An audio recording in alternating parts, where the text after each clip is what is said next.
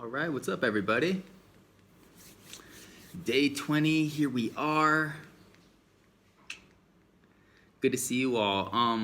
Okay, so this is the second day where we're focusing on gratitude. So we're gonna review the techniques we worked on yesterday. Before that, just answering a couple questions I've been getting about like the complexity and intricacy of, all the subtasks that you're performing while you're meditating, and just sort of to like outline them. It's like you're managing your stillness, you're managing your posture, you're managing your breath, you're trying to feel the 7 directions of your breath, you're interacting with your thought process, and often my instructions involved like actively reshaping the thought process into like specific ideas. But then there's this other sort of instruction where you're being told to avoid the thought process and really just feel the sensations of your body. And all of that can become overwhelming. I often think about the Hindu gods with like their multiple arms, and that because they have all of these arms, they seem to multitask very well and manage with perfect sentience all the different gears and mechanisms that are really involved in existence that really operate by themselves. So the simple answer is it will all become second nature if you continue to practice and move through your confusion or insecurity or all of this. But I think a more potent analogy, in Japan, they have an art called ikebana. It's like the art of flower arrangements.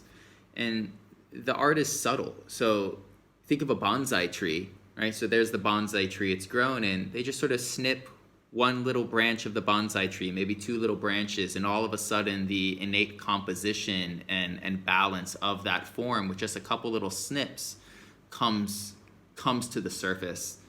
And so in regards to all of the stuff, all of the effort you think you're doing, really all of those things are happening by themselves anyways. Are you controlling your stillness, or are you just sitting down, not moving? Is your posture really taking that much effort, or are you just sort of, sitting down with a little bit more strength? In relationship to the mind, it's like you're just guiding the mind into this new direction, but it doesn't have to be perceived as sort of hauling your awareness up a hill. It's just a gentle sort of diversion. Again, if you really take a second to think about ikebana, and here's an orchid, and just snipping one little leaf, these processes are happening all the time. And this is going to feed into the fact that by the end of this month, hopefully you'll realize how simple all of this actually is. But we just had to sort of like illuminate and define all the gears that are usually operating underneath or behind our awareness. Cool. So that's that. It will get easier. Second thing, in relationship to like the specific lesson of redirecting our attention to emotions, way back in the beginning, I said that a prerequisite for a successful meditative practice, and that might mean like over your lifetime, to develop these prerequisites is like an instinctive tendency, but you can also appreciate it as like every time you meditate, you might want to sort of think about this to just build that etiquette. But a prerequisite is seriously considering your humanity, right? I think we tend to operate in a sort of numbness, and it's only with, social events, amazing movies, celebratory, celebrations that we are provoked into heightened emotional states. But, more often than not, we're coasting in a baseline. And so just remembering that you are a fully fledged human being with a world of emotions and deep feelings and deep beliefs about the world and what you want and what you think life is, just taking a second to consider that's all that is necessary to take your meditative practice, especially this lesson of, fixating on emotions, to take this practice and this lesson up a notch. So you are, as you know, but may not remember all the time, you are a deep feeling, fully fledged emotional entity. Cool, that's done. And so now, what were we doing yesterday? We were talking about manifesting the experience of gratitude through a specific mantra, and the mantra was, "This will not last." And you took it upon yourself to contemplate that, and I would love to know, but I will not know, what was this? This will not last, but what was that to you? Now I'm going to give you the best answer. This is your existence. This is reality itself. Reality itself will not last. And by understanding that, we start to really seed spirituality into our practice. Meditation, from a yogic perspective, is about developing your relationship to reality as a conscious being. Reality is God. And when you can start to do that, and you might force yourself by at least imagining that this moment is very much alive, very much aware of you, as much aware of you as you are of it. This relationship, building it, is the backbone of meditation, is spirituality, versus meditation just as sort of optimizing your persona and balancing stress and increasing focus, which is sort of a shallow approach to this ancient and very meaningful art.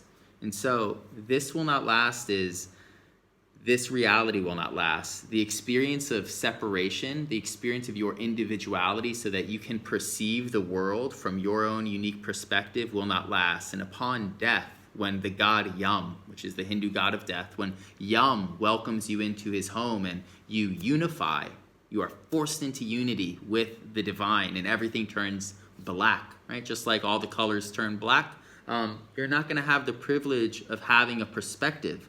And so it's like taking the time to consider, even in this moment, no one can see what you see, no one can hear how you hear, no one can feel what you feel. That is the thing to be, devoted to and adore. Fundamentally, it's like self, right? Self is what we're worshiping as meditators. And so just sort of like entangle that into the sentence, "This will not last." Let it conjure gratitude. And yeah, that's about it. So let's get back into this. As always, good work, everyone. 20 days straight, that is a monumental victory. Okay.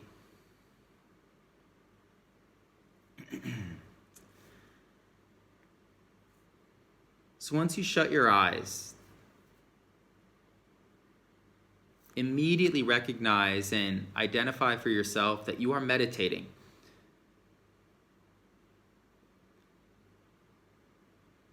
And that specifically means you are internalizing yourself and funneling your attention into the immediate reality of your body, maybe your room, but your body, your thought process, and your emotions.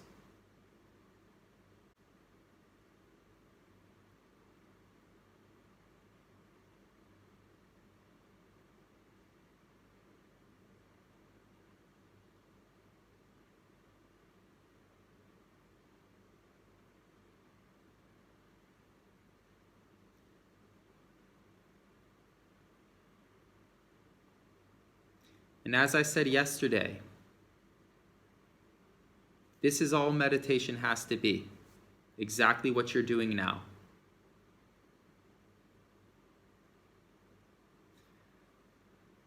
The reason for such involved lessons, the reason behind the world of philosophies that trails this simple practice is because eventually our minds start to doubt the simplicity of this work. And in the same way that we crave more from life, we start to crave more from meditation. And that's the danger. And so the philosophies and the techniques are there to quell that craving and that confusion. But this is all it is.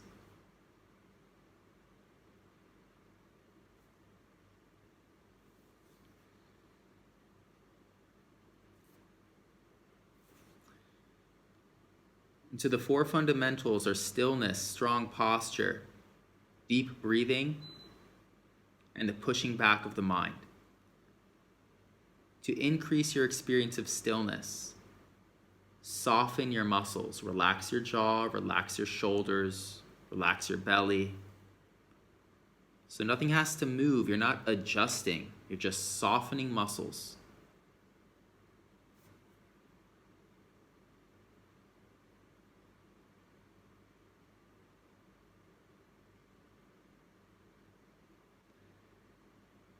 And in that, this hum of euphoria,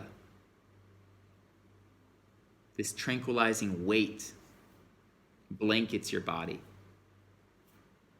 And stillness starts to feel sweeter. Notice that.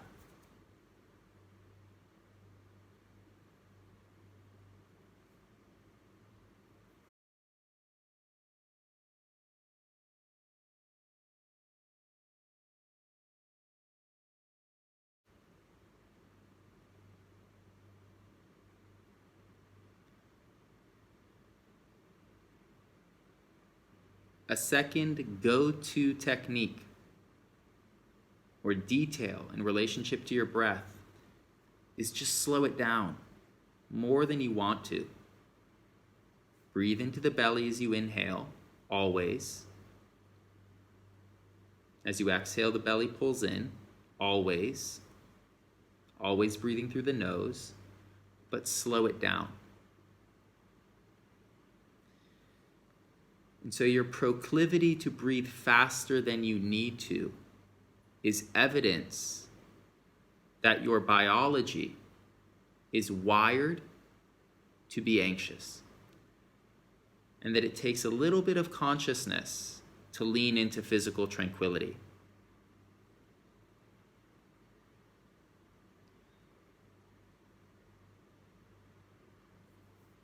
But it's not that much work.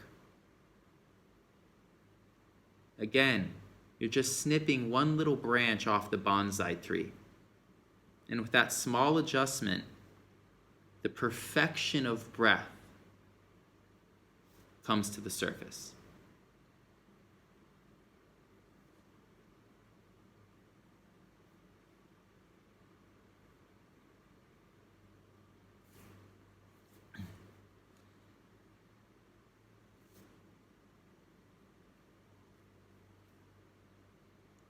Okay, now you're physically established in your practice.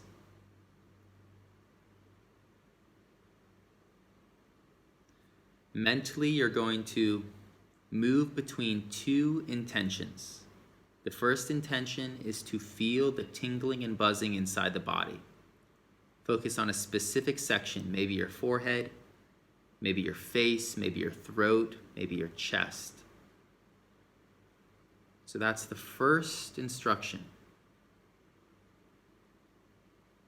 When the mind wanders, and it will, I want you to think about gratitude by repeating the mantra, "This will not last." And now we've defined this as existence itself.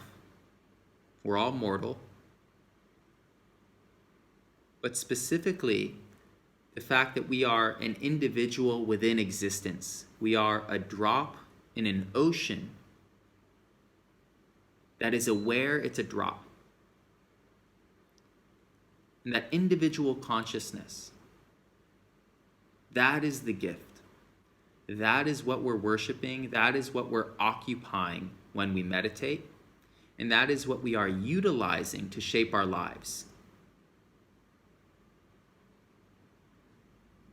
So this will not last. The experience of self will not last. And in that, my unique perspective of this beautiful reality, this miracle, will not last. And as you start to repeat those words and feel what they represent, come back to the tingling and buzzing in your body. That is the most intimate most personal, and closest expression of this miracle reality. And it feels good, it's enlivening.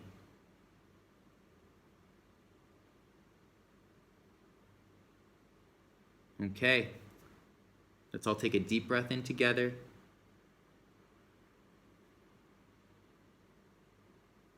Slow breath out together, slower than you want to. You're either feeling or repeating the mantra. This will not last. Good work. Enjoy yourselves.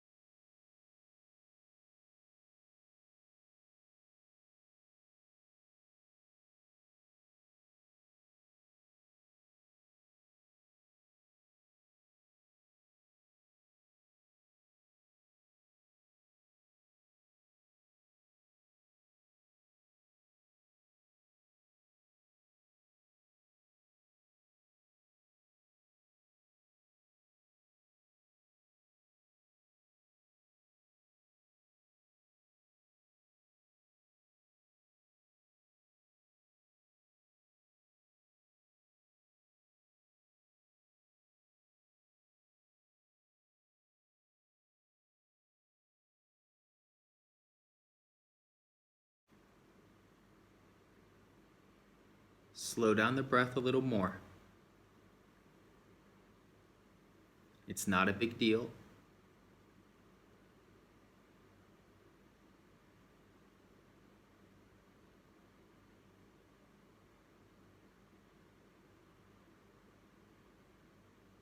But through it, the mind is relaxed. Your experience of presence is immediately enriched. And the opportunity to perform the tasks within this meditation are increased. Feeling and repeating the mantra to conjure gratitude. Again, notice the catalyst to that increased ability came from the slowing down of your breath.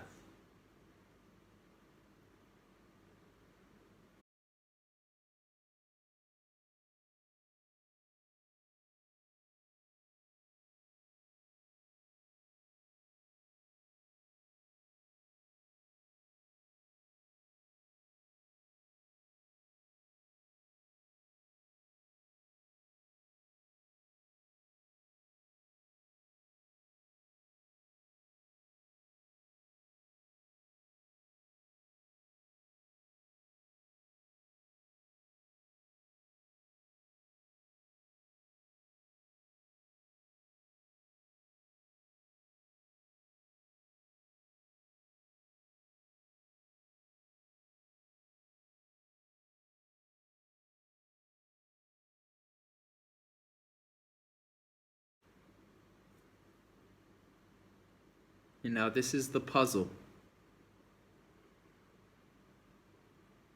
You have to somehow intuit a way to increase your sincerity, to feel more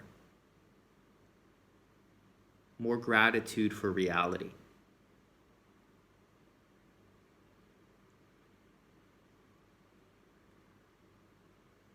Whether that's opening up or letting down your guard.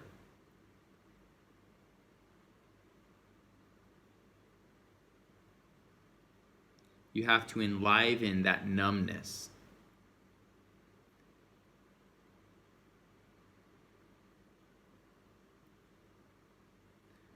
One way of doing that is really committing to this idea of mortality.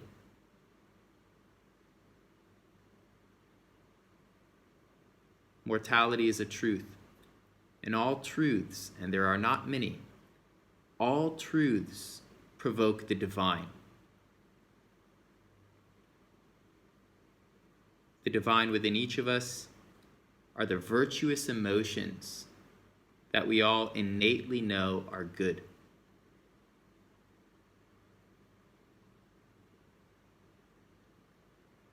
Admit death is right behind you, and it will provoke that goodness.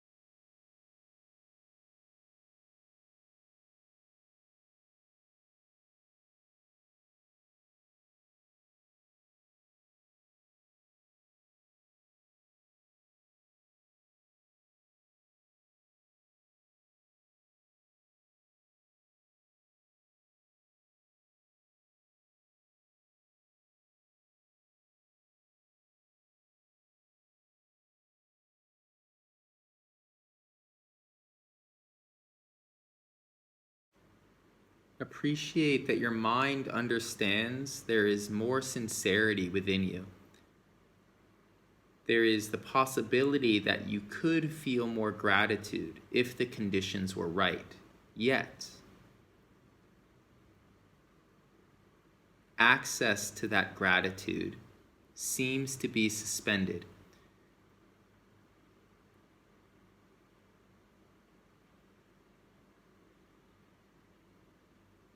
So the time hasn't come where you have full authority to experience your wholeness. But appreciating these limitations is a step forward in the right direction. Again, slow down your breath. Feel the body buzzing. This will not last. And savor whatever levels of gratitude you can conjure up.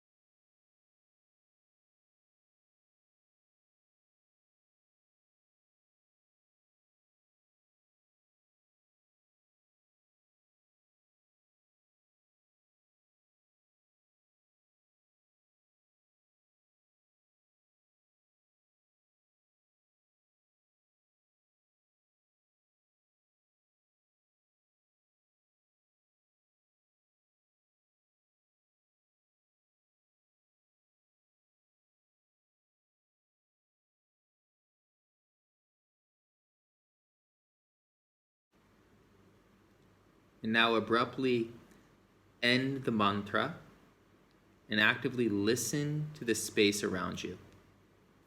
And feel that transition.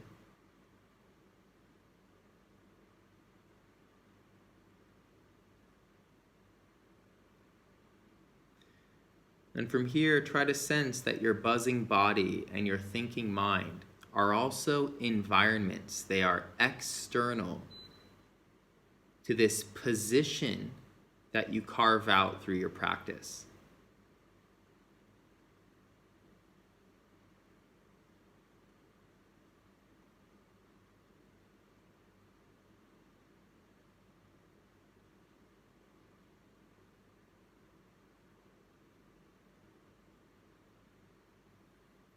What I'd like you to feel is that what you are grateful for, what will not last, is this position. And because of this position, this limited individual position that you know as self, it's the only thing you know. You get to experience the world in the way that you experience the world. And so that's taken for granted by virtually everyone. But as you start to appreciate this relationship between self and world, consider now that that world, every star, every person, every piece of furniture, every flower, that world is one thing, and it is alive, and it is aware, just as you are. And so that might demand a leap of faith, but this is the golden thread of spirituality. Through this practice, you start to forge a relationship with a living world.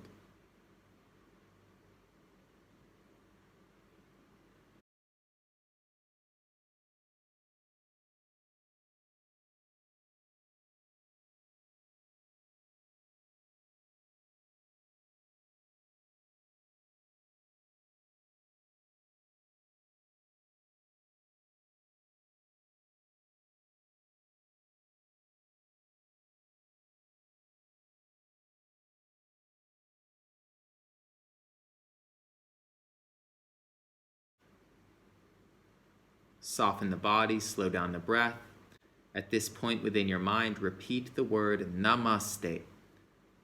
Namaste means that as I am aware of this inner space,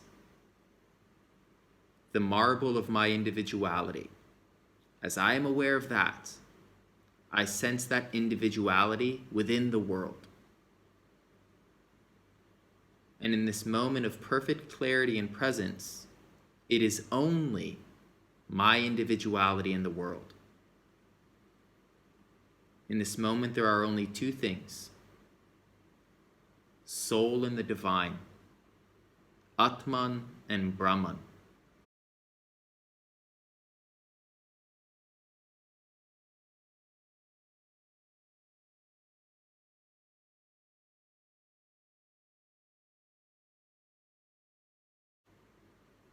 Now bring your hands to heart center very slowly. Build your posture up slightly. And so this is a gesture of reverence and devotion and acknowledgement, but to what? To reality. Again, it might take a leap of faith. You might have to overcome rationality. Again, Namaste in the mind.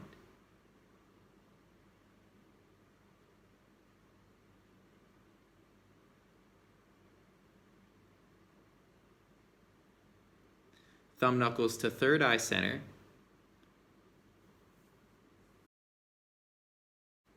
And so in this moment, focus on the tingling sensation of your thumbs on your forehead per usual, but understand through that, what you're looking into now is your own little individuality, your own self. And the clearer that position, that experience is to you, the more obvious reality becomes. Press your thumbs a little bit more firmly into the forehead. In that, increase your focus on that intensifying sensation. And from there, just contemplate and try to sense the awareness within it all, the deep self. In Sanskrit, this is Atman. This is the soul. Let's take one exhale here. Hold your breath, release your wrists to your knees. Tall spine, let's hold our breaths for as long as possible. So you're building CO2.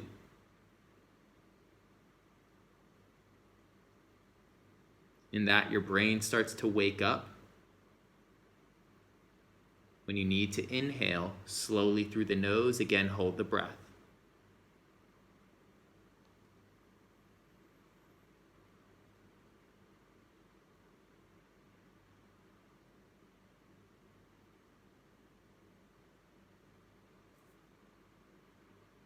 And again, with your lungs full, as you hold the breath, focus on the tingling and buzzing. And repeat Namaste in the mind, not communicating to yourself, but communicating to the idea of a singular, existent, conscious reality.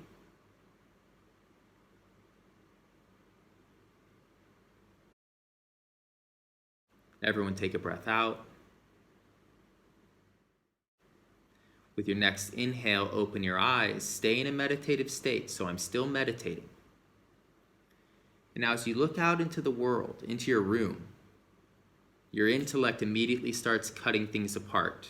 Wall, floor, couch, photos, books. Try to see all of that as one thing. One thing. And so you're trying to override the intellect. And again, say Namaste to that space as if it were listening, as if it were conscious. This is the magic of mysticism.